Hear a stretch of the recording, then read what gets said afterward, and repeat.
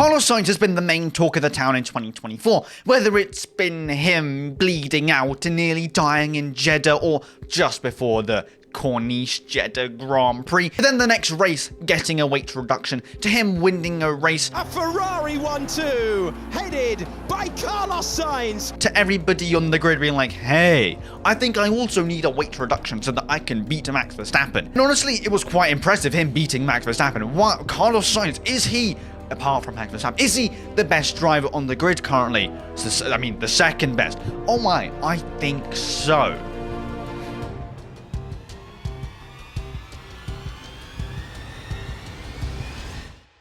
Well, that was quite a rollercoaster of emotions, as you could see. There was me yapping, but there was no audio, so here it is again. Roll it. He has not once, but twice managed to dethrone Max Verstappen from his winning ways. The first time in Singapore. Carlos Sainz, tactical brilliance. Carlos Sainz, the winner of the Singapore Grand Prix. The second time in Australia. Everyone might have been saying Singapore, they went wrong with the setup. Oh dear, Australia, Verstappen's car blew up. But if that were to be the case, when Verstappen's day isn't his day, Sainz was there to pick up the scraps. Others, they couldn't say the same thing. George Russell, oh, look how his Singapore ended up. And then at the same time, look how his Australia ended up. Yeah, I think I see a little resemblance there. And it didn't just end there. Carlos Sainz was the shit for a lot of the 2024 season. He was consistently up there, consistently faster than the golden boy of Formula 1, Charles Leclerc, faster in quali, faster in races. Charles Leclerc, where was he? I didn't even know. Hey, my fellow friends, like and subscribe. I don't know why you wouldn't. Please. And honestly, all of the talk around him kept exponentially increasing. There was more and more, and there was one talk that everybody was talking about, one topic that was more important than every single other one in the season so far, and that is why we're all here. I'm not saying we're all here because we want to see the downfall of Carlos Sainz, but I'm here because, like, this is what I'm talking about. Carlos Sainz, he got dropped from Ferrari.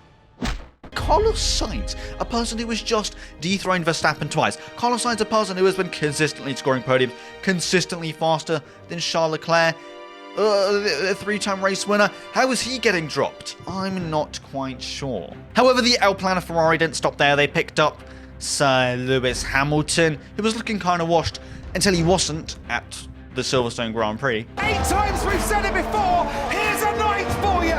Lewis Hamilton wins the British Grand Prix. What a victory. Hamilton is back. Anyways, back to Carlos Sainz. Carlos Sainz got dropped from Ferrari. Yes, we all know that. We've heard it 1,000 times. I've said it probably 2,000 times. But see, the thing is, unlike, say, a Logan Sargent, unlike, say, a Zhou Guanyu, Carlos Sainz is a driver that isn't, hey, Sauber, can I please get a race seat? Oh, I would love to race in your team. Sauber being like, no, you've crashed out 1,000 times. You are a slow-ass driver. You are awful. That's probably what most conversations with Zhou Guanyu or Logan Sargent are looking like. But Carlos Sainz, he holds the playing cards. He's holding whatever in poker, whatever the fucking card you need. He's holding those cards. And you know what? The teams are going up to him. The teams are being like, hey Carlos, would you like to race for our team next year? Please? We'd love that, wouldn't we? Yes. And then Carlos Sainz has kind of been brushing it off slowly but surely. Ooh, I'm not sure. I'm going to speak to some other teams, see what's popping, and if so, then I will join. And I guess that was okay for the first couple weeks, maybe for the first even couple months. But now things in Formula 1, time has ticked like time always does, tick tock. I'm not sure. It's getting to a point where I don't know anything. I'm not sure what kind of position he's in. I'm not sure whether the teams are still communicating with him. Because in the time that he's been talking with other teams, making up his mind, Ollie Behrman has signed to Haas.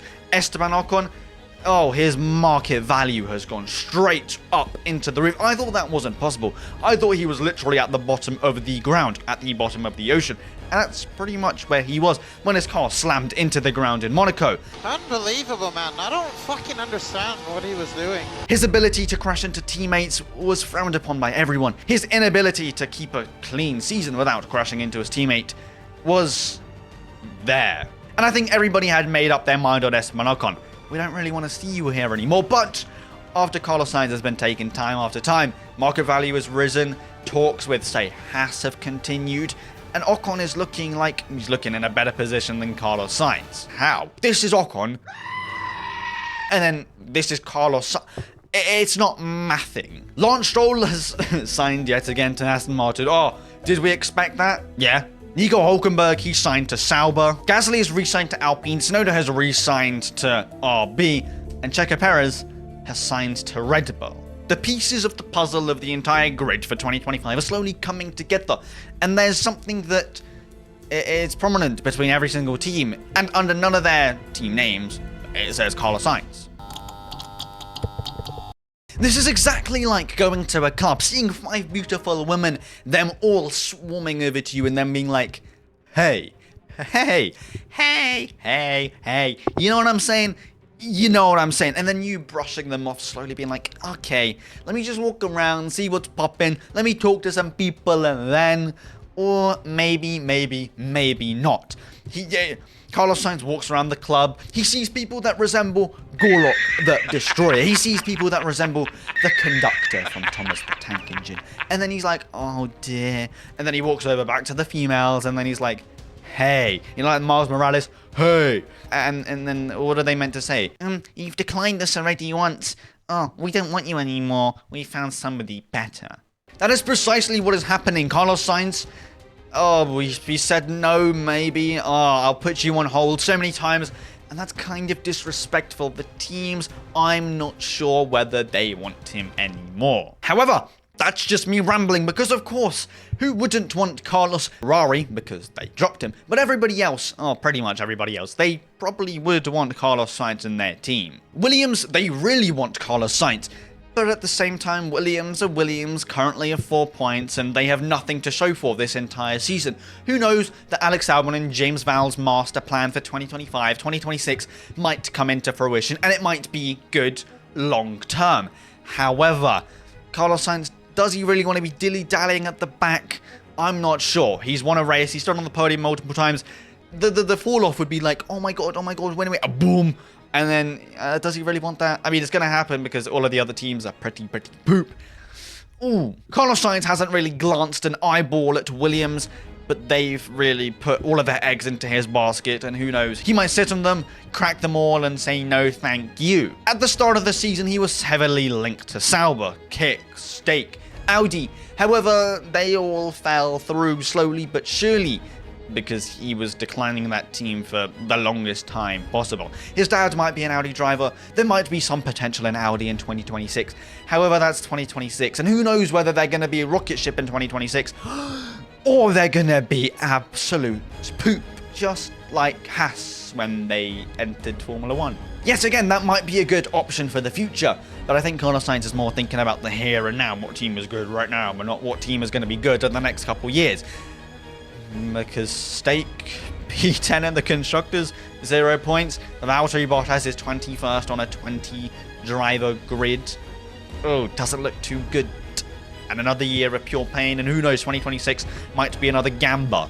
Same with Williams. Will they get it right? Will they get it wrong? Who knows? At the end of the day, Haas are Haas. Are they going to be fighting for podiums? Oh, no. Are they going to be fighting for wins? No. Wins? Championships? No, they're just not. I'm sorry to say, they might have gotten 2 P6 back-to-backs. At the moment, they might be looking like one of the best teams that he could possibly join. But 2018 was a good season. You fast forward to 2019, 2020, 21, and they were absolute poop. Their longevity isn't all that. They might have a good couple performances, but then dip back down to their usual Haas self, their little burrows in the little grounds that they own. But that was under Gunther Steiner. Eo Komatsu, who knows, he might have another master plan for that team. And in his first year as Prime Minister, President, Team Principal, honestly, he's doing a pretty good job. But Esteban Ocon's kind of linked with that team. I think that team is already a no-go for Carlos Sainz. I think that door's already closed. Ollie Behrman signed a contract. Esteban Ocon, I think that door is slowly closing. And I don't think that's an option anymore. RB?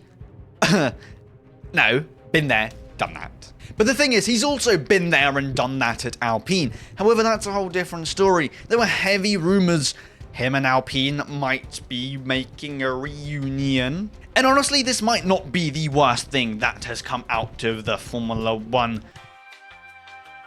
rumor package deal thing. Because Alpine at the moment might not be all that, just like all of the other teams that we've currently mentioned. However, Alpine have been at the top and recently at the top, and they are building their way back up to the top. They are making decisions that are ruthless, firing drivers, firing people in the team. And now, hey Sainz, we want you because, you know, with us, you can get back up to the top. We promised it to Gasly. That clearly didn't work out. But we promised it could do it to you, and then you could get back to, yes, come join the team. And honestly, I think that would be one of Carlos Sainz's best bets, because that team has proven to be able to do something. They have investors, they have everything that a team needs, unlike the other teams. Nah. Soon to be a new engine, soon to be a lot of good things. And honestly, that team actually looks like it has a sense of direction and trajectory that is going forward. Unlike Williams, who in 2023 were cooking, and then the year after literally plummeted to the ground. So, and then we're left with one seat, which is currently unfilled, the Mercedes seat. However, I think that ship has also sailed. I think that is Kimi Antonelli's name written all over it. Maybe before the British Grand Prix, that door was still slightly open. Kimi Antonelli hadn't won a race in F2, and yeah, Toto Wolff was questioning. Should he focus on F2 for the next couple of years, or does he deserve the Formula 1 seat? I'm not sure. However, he proved himself in Formula 2. He proved himself that he can win a race. Not a race in the dry, not a lucky race, but a race where he literally stormed away from the field in the last couple laps after a safety car in the pouring rain. If that is not a showcasingness of his skills, then I don't know what is. And Toto Wolff was proud, but Carlos Sainz was definitely kind of sad, because Toto Wolff's eyes are on Kimi Antonelli and not on the Carlos Sainz dropped from Ferrari. However, let's look at all of this from a different perspective. Not 3D, but let's look at 4D. The fire coming up from the sides, the smoke from the TV screen. Yeah, I'm talking about the Carlos Sainz El Plan. He has inherited that from his Spaniard, his fellow compadre, Fernando Alonso. And I think that Carlos Sainz has a master plan up his sleeve like no other. I think that his whole entire master plan is to wait out. See what's popping with Sergio Perez. Is he going to be that treacherous? And who knows, after Belgium, after Hungary, mid-season summer break, Christian Horner. Everybody in Red Bull has been saying, we're going to reconsider that Sergio Perez contract. We're going to look at it and we're going to be like, hey, does he really deserve it? You want to be like 100% honest? I'm going to keep it $150 here. I think that Carlos Sainz is just waiting for that Red Bull contract, waiting for the summer break, and then if Perez keeps his seat, retains everything, then I think he'll finally make his decision. But for now, that Red Bull seat, even though Sergio Perez has just signed a contract, is still a smidge open. Because Sergio Perez is Sergio Perez, and every single weekend looks like an average Mazepin weekend. Whether it be a crash in practice, whether it be getting knocked out of Q1, or whether it be crashing in the race, or not scoring points. That's Sergio Perez at the moment. You know, rumour has it that Logan Sargent is currently being called 007. 0 points, 0 anything, but 7 times out-qualified Sergio Perez. Logan Sargent. What? But there's no denying that sooner or later Carlos Sainz has to make a decision, because other drivers, other teams are going to sign contract with other drivers. It's going to get slimmer and slimmer until he's left with the worst team on the grid, and that's the only team he can sign for. Oh dear, I'm not sure about that one. Wait until the summer break, maybe, see if that Red Bull contract is available, try sneak in, and if not, sign another contract ASAP. Honestly, get a roulette machine. Get a, you know those like colourful circle things that you spin with the little word things? Just do that. Pick a team. It's all going to be hula hula. It's all going to be the same pretty much. You might be fighting for P8s, you might be fighting for P9s. Is it that big of a difference? Either way, you're just going to wait out a couple years, wait for a scramble to happen at the top of the grid. Maybe Hamilton retires, maybe Norris moves team, maybe Piastri moves team, maybe Verstappen retires, and either way, you're going to go to one of the top teams. This is just like a small little break. So with that said, I think that Carlos Sainz has to make a decision pretty quickly. If I was him, I'd wait until summer break, see if that Red Bull seat is available. If not, I would sign to Alpine. And then, fuck it, wait a couple years, and then sign to Red Bull when Verstappen retires. Sign to, I don't know, just pick an option. It ain't that deep at the end of the day. Anyway, I hope you enjoyed the video. Where do you think that Carlos Sainz will end up, if anywhere, if he even ends up on the grid next year? Let me know down in the comments and watch it there. Subscribe and like. And I don't know why you wouldn't, because you're kind of deluded if you don't. Haha.